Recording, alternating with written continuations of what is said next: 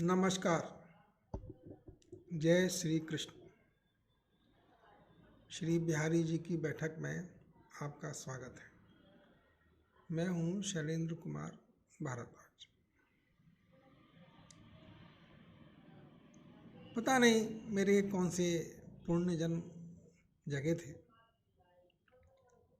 जो मैं बांके बिहारी जी के संपर्क में आया वृंदावन के और उनको गुरु ही बनाया।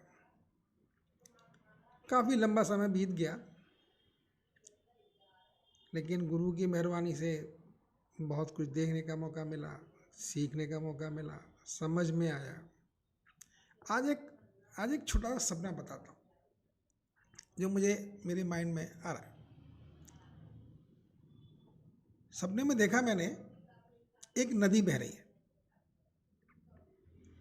और उस नदी में एक नाव में मैं बैठा हुआ। जो नाव को चला रहा है वो क्लियर नहीं है, लेकिन कोई बैठा है, समवन है इज देयर, कोई बैठा है और वो उस नाव को चला रहा है, ले जा रहा है। और जाहिर सी बात है, नदी है तो दो किनारे हैं। एक किनारे से मैं नदी में बैठा हुआ हूँ, एक किनारे की तरफ हम जा रहे हैं, रास्ता है। बहुत पुराना सपना है, कई साल पहले देखा था, लेकिन इस सपने ने जब मैं जगह आँख खुली तब भी मैं बहुत चिंतन करता रहा कि सपने का क्या अर्थ है, और आज फिर भी चिंतन करता हूँ। बांके बिहारी जी महाराज या प्रभु कृष्ण जी ने बड़ी कृपा की और बेसिकली वही मेरी नाव के खिवैया भी थे, ले जा रहे थे। क्योंकि श्रीमद् भागवत पुराण में माया को एक नदी के नाम से संबोधित किया हुआ है, और ऐसी नदी है जो दोनों ओर बहती है, एक ही तरफ उसका बहाव नहीं है। तो ऐसी नदी माया, एक किनारे पर हम लोग खड़े हुए हैं। वैसे तो हम भी अंश भगवान के ही हैं, और दूसरी एंड पे, नदी के दूसरे छोर पे भगवान श्री कृष्ण विराजित हैं। काफ़ी दिन पहले एक बड़ा क्लियर सा मैंने सोचने की चेष्टा की, दिमाग मतलब फील करना शुरू किया भगवान श्री कृष्ण की महिमा को। तो मुझे लगा माया कोई और अलग से नहीं है, माया भगवान श्री कृष्ण का प्रभाव क्षेत्र है। जैसे हम सब लोगों का एक प्रभाव क्षेत्र होता है, हम आगे आते हैं, सबका प्रभाव क्षेत्र है। जो जहाँ बैठा हुआ है, आप आधुनिक भाषा में बोलेंगे तो सबकी अपनी कुर्सी का दायरा है, जिस कुर्सी पर बैठा है उसका वो मालिक है। तो ऐसे ही भगवान श्री कृष्ण का भी एक प्रभाव क्षेत्र है, और क्योंकि पूरा यूनिवर्स ही उनका है, पूरा सृष्टि ही उन्हीं की है, सेंटर में वही बैठे हैं, तो उनके चारों तरफ एक उनका प्रभाव क्षेत्र है, उसी को माया नाम दे दिया गया है। साइंटिफिक लैंग्वेज में बोलेंगे तो उनका मैग्नेटिक फील्ड है। भगवान श्री कृष्ण का अगर ऊर्जा के केंद्र मान लिए जाएं तो उनके आसपास जो फोर्स है, जो फील्ड है, उसको हम कह सकते हैं कि उनका मैग्नेटिक फील्ड है या प्रभाव क्षेत्र है। और ऐसे प्रभाव क्षेत्र की एक विशेषता होती है कि जितना वो सेंटर से दूर होता जाता है, उसके लिए एक फॉर्मूला दे रखा है विज्ञान ने कि जितनी उसकी जिस ऑब्जेक्ट की मतलब प्रभाव क्षेत्र का जो प्रभाव है, मतलब जिस बिंदु के आसपास उसका फोर्स है, अगर उस बिंदु से जैसे जैसे दूसरे बिंदु की दूरी बढ़ती जाती है, ये प्रभाव क्षेत्र का जो फोर्स है वो इन्वर्सली प्रोपोर्शनल होता है, मतलब दुगना स्क्वायर के दुगने से कम होता जाता है। ऐसे जैसे ही हमने मैग्नेटिक फील्ड का नाम लिया, इसका मतलब दो लोग तो हैं, मैग्नेटिक फील्ड तो दो लोगों पे लगेगा ना, एक पे तो लगेगा नहीं। तो भगवान कृष्ण का जो मैग्नेटिक फील्ड है, तो जो और लोग हैं, हम जीव लोग हैं, जो उन पर लागू होता है। हमारी भगवान श्री कृष्ण से दूरी जितनी बढ़ती जाती है, उतना ही हमारा जो प्रभाव क्षेत्र है, ऊपर श्री कृष्ण का जो प्रभाव क्षेत्र है वो कम होता जाता है और हमारा अहंकार बढ़ता जाता है। अहंकार का मतलब कर्ता भाव। तो एक स्थिति ऐसी भी आती है, आ जाती है, जब हम काफ़ी दूर चले जाते हैं भगवान कृष्ण से, तो हमारे अंदर अहंकार भी बहुत ज़्यादा होता है। तो जिनको हमने राक्षस शब्द इस्तेमाल किया पुराणों में, रावण कहा गया, कंस बोला गया, जितने भी राक्षस असुर हुए, ये सब वो लोग थे जो भगवान से थोड़ा दूर चले गए। भगवान कृष्ण में बोलता हूँ, लेकिन भगवान बेसिकली नारायण स्वरूप है, जो भी भगवान है ब्रह्म है। अब मैं कृष्ण को मानता हूँ इसलिए कृष्ण बोलता हूँ, कोई राम भी बोलता है, नारायण भी बोलता है, सब एक ही चीज़ है। तो जब हमारी भगवान कृष्ण से दूरी बढ़ती गई, हमारा अहंकार बढ़ता जाएगा और हमारे अंदर उस अहंकार के फलस्वरूप बहुत सी ऐसी बातें जन्म लेती चली जाएंगी जो हमारे अपने ही विनाश का कारण बन जाती हैं, हमको खुद ही कष्ट पहुंचाती हैं। कष्ट होता है हमको, शारीरिक रूप से भी कष्ट होता है, मानसिक रूप से भी कष्ट होता है, लेकिन हम उस कष्ट के भी इतने आदी हो जाते हैं कि हम उस कष्ट से भी बाहर निकलने की चेष्टा नहीं करते। दर्द हो रहा है शरीर में, पेन किलर दे दीजिए, खा लिया पेन किलर। अब पेन किलर से हमारे और अंगों पे क्या प्रभाव पड़ने वाला है, ये हम जानने की ना चेष्टा करते हैं, ना सोचते हैं। खा लिया पेन किलर, अभी दर्द खत्म हो गया ना, बस ठीक है, कल देखेंगे। मैंने देखा जो विदेश में रहने वाले लोग हैं, मतलब अमेरिका, इंग्लैंड में कुछ मेरे रिश्तेदार लोग रहते हैं, मैंने बड़े गौर से उनकी साइकोलॉजी को स्टडी किया। जाहिर सी बात है, विदेश में तो पैसा भी कुछ होगा ही, पैसे के प्रभाव से तो वो कम है नहीं, लेकिन बस भगवान को ही मानते हैं, सनातन धर्म को ही मानते हैं, लेकिन वो आध्यात्मिक अभिरुचि की जो तीव्रता है वो वहाँ पर मिसिंग हो जाती है, वहाँ उतनी नहीं रहती।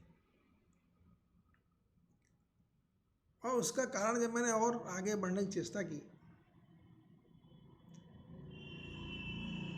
तो मुझे उसका कारण भी काफ़ी समझ में आ गया।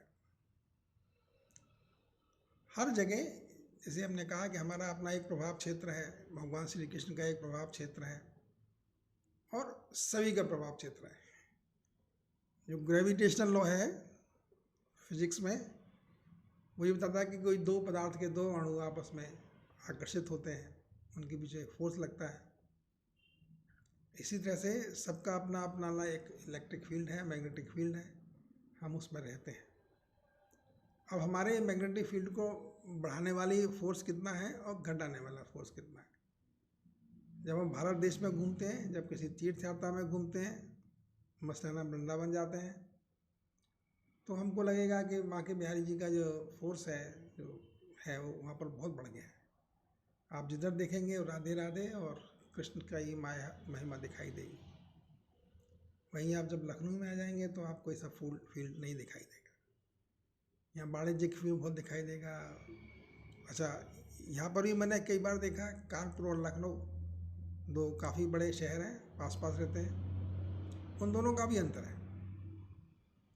लखनऊ क्योंकि शासन की सत्ता का केंद्र है, तो यहाँ पर कुछ और तरह का माहौल रहता है। कानपुर वाणिज्य का खेल है, इसलिए कुछ और तरह का माहौल रहता है। खैर, मैं सब्जेक्ट से भटक गया। तो मैंने ये सब दुनिया में देखने के बाद अभी मुझे लगता है कि शांति नाम की चीज़ तो है ही नहीं। पैसा के आसपास पूरा इकोनॉमी हम लोग घूम रहे हैं। प्रकृति से हम बहुत दूर चले गए हैं। अपने आप से भी बहुत दूर चले गए हैं, अपने संबंधियों से भी दूर चले गए हैं। और किस खातिर? इस मशीनी युग के अर्थव्यवस्था के कारण। एक एक तरंगें चल रही हैं चारों तरफ। बच्चे को, जैसे ही बच्चा होश संभालता है, उसको बहुत सी तरह की तरंगें घेरना शुरू कर देती हैं और उसका विकास, उसके मस्तिष्क का विकास भी उसी अनुरूप होता रहता है। इसीलिए मेरे हिसाब से ये अत्यंत जरूरी है कि हम भगवान कृष्ण की चर्चा भी करें और उनको समझें। मैंने काफ़ी दिमाग लगाया है, बहुत सोचा है भगवान कृष्ण के बारे में भी, वैज्ञानिक तरीके से भी सोचा है, एनालिटिक तरीके से भी सोचा है, समझने की चेष्टा की है। उन्हीं कृपा है। लेकिन वो कोई कोना ऐसा छोड़ना नहीं चाहते थे जहाँ पर मुझे कोई संदेह रह जाए, उनकी महत्ता के बारे में मुझे कोई संदेह पैदा हो। तो मुझे पता लग गया है कि जो माया की दूसरी तरफ नदी है, वहाँ भगवान श्री कृष्ण का वास है। जब तक हम माया में उलझे हुए हैं, उतना ही हम उनसे दूर रहेंगे। और जैसे मैंने कहा कि जितना हम उनसे दूर होते चले जाएंगे, हमारे अंदर अपना अहंकार, अपने कर्तव्य भावना, अपना ही है सब कुछ, ऐसी भावनाएं बढ़ती जाएंगी और अंतगोत्वा ये सब, अल्टीमेटली ये सब राक्षसी प्रवृत्ति को ही जन्म देती हैं। आज किसी से मैं कह रहा था कि भाई, कुछ लोगों को धन पकड़ना बड़ा अच्छी तरह से आता है और कुछ लोगों को धन खर्चना भी बड़ी अच्छी तरह से आता है।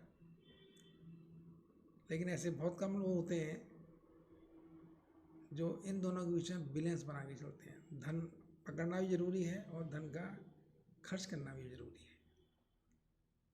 और ये सब बातें प्रभु कृपा की आती हैं, क्योंकि धन के बगैर तो संसार नहीं चलने वाला है। माता लक्ष्मी धन चलाती, संसार चलाती हैं, और माता लक्ष्मी भगवान श्री कृष्ण की या भगवान नारायण के पैर दबाती हैं, उनके साथ बैठती हैं, उनकी धर्म पत्नी है। तो लक्ष्मी के बगैर तो दुनिया में कुछ है नहीं, संसार चलेगा ही नहीं। तो वो तो एक अलग इशू है। लक्ष्मी ही खराब नहीं है, अर्थ भी खराब नहीं है, लेकिन इन लक्ष्मी के साथ साथ हम नारायण को ही पकड़े रहें, भगवान श्री कृष्ण को ही पकड़े रहें, तभी हमको सुख और शांति का बोध होगा, नहीं तो नहीं होगा। देख लिया ना, मैंने बताया ना, काफ़ी लोगों को देख लिया, सब समझ में आ गया है। और सबसे ऊपर बात समझ में आती है समर्पण,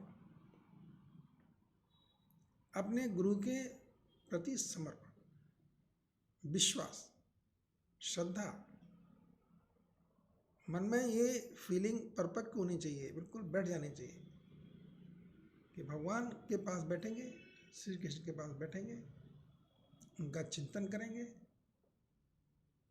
तो हमारा अहित नहीं होने का, ये तो पक्का है। और अगर अहित डेस्टिनी में या विधाता ने लिख ही रखा है किसी पॉइंट पे, तो हमारे इस अहित को भी हमें झेलने की शक्ति भी वही प्रदान कर देंगे। हमारे मन में शांति आ जाएगी, सुख आ जाएगा। और जैसे कल मैंने कहा, हम देख पाते हैं, जैसे भंवर होती है ना, पानी में बहुत तेजी से घूम रही होती है, हम जानते हैं कि हम भंवर में फंसे हुए हैं, निकल नहीं पाते। आज के युग में भी जो मशीनी युग है, जो अर्थ प्रधान युग है, इसमें हम हैं, हम जानते हैं कि हम फंसे हैं लेकिन मजबूरी होती है कि हम निकलने की राह हमको नहीं मिलती, निकल नहीं सकते। अगर निकल आएंगे तो फिर भंवर ही किस बात का रहा। भंवर जानते हैं ना, पानी में जो बहता है, तो निकलना इतना आसान काम थोड़ा ना है भंवर से, दलदल से या भंवर से। फंस गए तो फंस गए। तो संसार का है, चक्र है, इसमें रहना हमारी मजबूरी है, हम रहेंगे ही। लेकिन भगवान श्री कृष्ण का नाम लेते रहेंगे, उनका ध्यान करते रहेंगे उनकी चर्चा करते रहेंगे, तो हम परेशान नहीं होंगे। हमारे चेहरे पर मुस्कुराहट रहेगी, प्रभु का नाम रहेगा, आश्वासन होगा कि हमारा कुछ अहित होने वाला नहीं। आश्वासन रहेगा कि सब ठीक होगा, मैं हूँ ना, हे प्रभु श्री जी का एक ही लाइन है, मैं हूं ना, सब ठीक होगा, परेशान नहीं होना। तो ये सब बातें हैं। प्रभु की चर्चा है।